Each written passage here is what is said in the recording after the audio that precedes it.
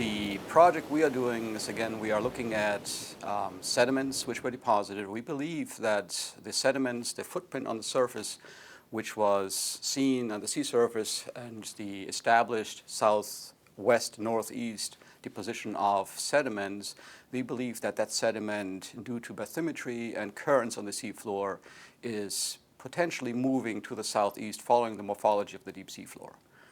And with that, we're looking at drainage bathymetry. BOEM has published a very high-resolution bathymetry, and we have taken that bathymetry, have modeled pathways on the seafloor, and we are looking at different sedimentology, geological, morphological environments on the seafloor to see how the sediment might be deposited there and might be redistributed there. So we made the model, we chose sites, and then in May last year we went out for a 7-day research cruise with undergraduate students and graduate students from 4 different universities and collected very successful 27 cores and 6 gravity cores out down to 3,233 meters water depth. Wow.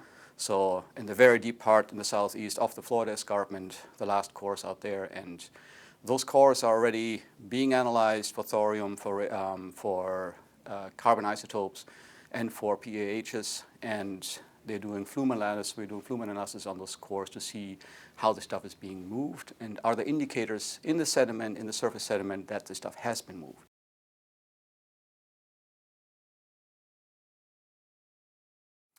Highlights are that we did find that we have recent redeposition in some of these cores. We know there was recent deposition there. We are still waiting for the pH analysis, for the carbon organic material analysis, to see whether we actually have a fingerprint pointing back to Deepwater Horizon or to see where it's coming from. We have a couple cores where we have carbon data, C14 data, which point towards an older origin of the sediments and the more terrestrial, and those are, we have 2 posters down in the poster session currently out there, and there's one of these sites is to the southwest of the DeSoto Canyon, so there's potentially an indicator that we have some material moving off shelf, which again, we don't have the organic carbon, the organic analysis yet, which could have fingerprint to that there's oil moving down, but we know the material is older, and we know it is more terrestrial in origin there.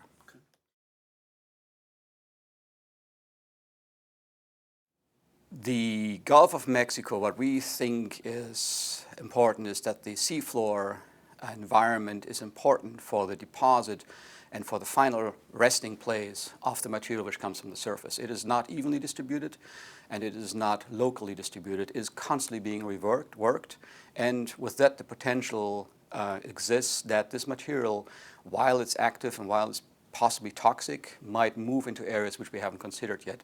And so the surface footprint is just a small fraction of what we see and what's actually happening on the seafloor.